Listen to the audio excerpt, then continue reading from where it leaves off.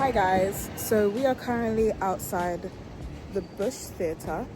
This is Shakila from In Between Their Lines, and I am going into the Bush Theatre today to talk to one of their best stage managers, Africa. I am writing a blog about stage management and how important her role is, because I feel like within theatre it's overlooked, but it's the role that pulls all of the show together. So from the most exciting musicals that you've seen, just think about how hard those people behind the stage are actually working.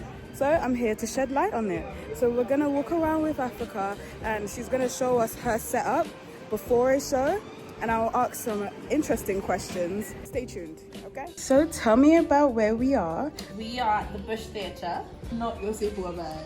Genuinely one of my favourite shows backstage track-wise, because I just sit and do nothing for like an hour and 20 minutes. Right. Do you get to see the show as well? Nope, I never see the show. Oh. I mean, I could technically watch it on the screen that's backstage, but like the quality is a bit rubbish, but I never get to experience the show live and with so many people. Okay.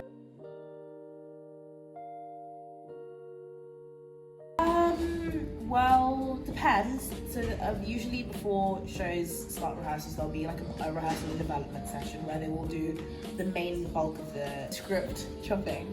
But then sometimes in rehearsal they might have to carry over, because time-wise and also working with actors, they might be like, oh, I'm not sure. If it's a collaborative experience, the actors will be like, I'm not sure about this line, or why would my character say this line? So then it works with the actors as well, chopping and fitting in and rearranging stuff. But mostly, yes, if it is a rehearsals.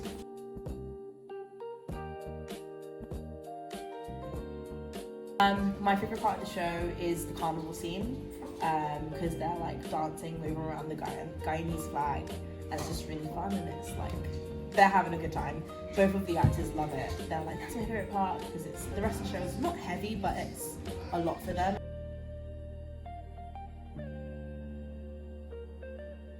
Oh, absolutely. Yeah. The director, Lynette Linton, is Guyanese. Both of the actors are Guyanese. The movement director is Caribbean herself. And we made sure, like, in terms of like lighting and projection, that Guyana is represented in a really beautiful light. Oh, beautiful. Would you like to show us around the theatre? I would. Follow me. Let's go.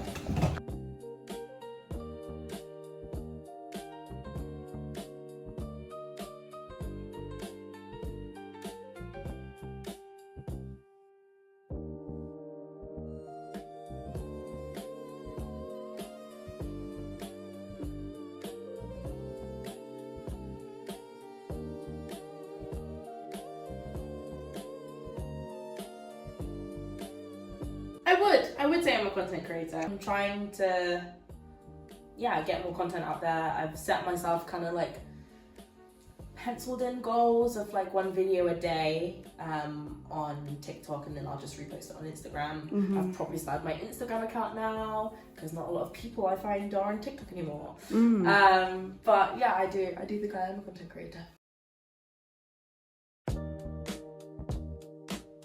I think pre-show prep is usually like similar with a lot of shows, but with this one I would say it's slightly different. I think this is like probably one of the easiest setups that I've had to do, because there are quite a few props, but they're all in one pack, right? Or they're not very they're little bitty stuff doesn't take a lot of time, or they're like already pre-made things. Right, yeah. The only thing I think that would take time is like the pill packets. I'll show you how I do the pill packets. But pill packets, I have to cook a cheese roll every show, but they're already pre-made from a business called Culture Kitchen, who do Guyanese food. Nice. So they're frozen, and then we just reheat them basically, but I have to do that every day. And yeah, other than that, it's just very, very basic, simple things. So I think it's definitely much easier than my other shows. A question about the food. So like, is it a point or a statement in the show that the food has to be steaming, or does it just have to be there? It just has to be there. Oh, okay. Yeah, I heat it just because it would be frozen. Right. I do try to heat it like as close to the show as possible, and also like piping hot, so that when Golda does eat it, it's not like freezing cold. It's like lukewarm. It's been out for a bit, but it's not unpleasant. Fair I enough. hope. Ooh, my favourite show I've worked on. So I won't say who's in what place, but it's this one because of the connections with like generational trauma and like Caribbean women, and the audience's reactions are beautiful. Like they just get it, and also the cast and the company and the crew and everybody, it's just really lovely. And I'd say 1536, which I did at the Almeida, another powerful show. That one was mainly about women and men and just masculinity, toxic masculinity, feminism, Anne Boleyn, all that stuff. And then the last one would have to be Alice in Wonderland at Brixton House. It was a kid show, and it was the first show I got to bring my nephews and nieces to, so it'll always be like a special show to me. And it was like just crazy and fun, and everyone had a great time. This is one of the props. It's a crochet flower, a granny square. It's a crochet granny square that I made. Granny's flag colours. Nice. And so Letitia will do this during the show. Because also like she's acting, and yeah. it's like sometimes she'll just wrap it around. Yeah. And then like she's, yeah. No. I crocheted for like a year and a half now. And then they were like, Granny needs something. Like when both of the actors are like, Granny, they need something to do with their hands, and they're like knitting, and I was like, I think crochet, because well, the main part is crochet only requires one hook. Right. So instead of having 2 large knitting needles and a yarn and thread in a bag, you just have this little setup of just the hook, and you can, with crochet, it's easier to just chop the yarn and then just work through. Nice. So I was like, let's do crochet. And then also in this bag, we've got another crochet for Golda when she plays Granny, which gets wrapped up like this. I didn't make this, my boyfriend did, but I stole it because you can.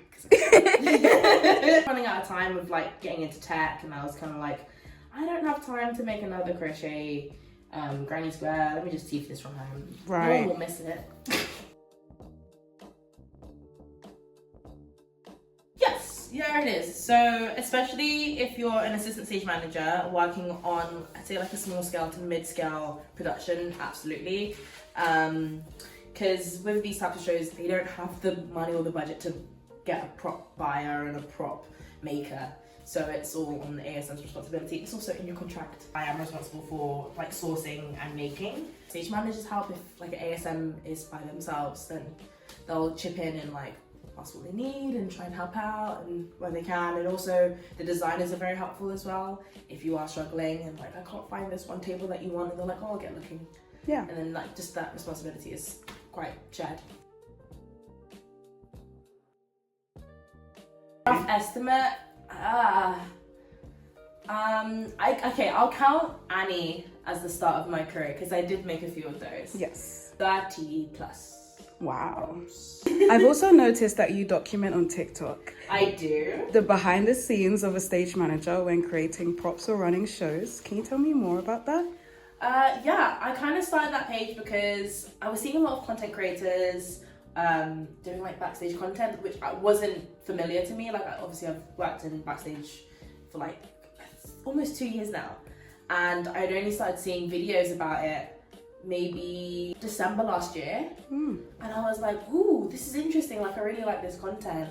And then a part of me, I'm also a bit competitive, that I was like, I can make better content than this. I'm also, from a stage management perspective, I wasn't seeing a lot of stage managers. It was like crew or lighting and sound, and I was like, okay, cool, maybe someone needs to do stage management. Oh, there'll be someone out there. And then I kind of thought like, why don't I just do it? And so in January, that's when I started my stage management page. And then I was like, let me just do like a day in the life, and let me like splice together some content that I had made before and some prop appreciation and all that sort of stuff. And I was like, okay, cool. And I like really committed myself, and I was like, I want to try and make like a video a week. And I did that, and I was like, nice, I really like this. And like, I want to try vlogging press night, and I'm going to try like show people what I do basically. Yeah. And I think another reason why I started the page was to show people that there is this career that people didn't know about. I didn't know about it until like 3 years ago. And I think we need more people. I think we need more black women. Yeah. And more black people working backstage, but also not just black people, just global majority. Yeah. And I think it is still a very white dominated space. But I do think we need more people. POC. We need more people of color.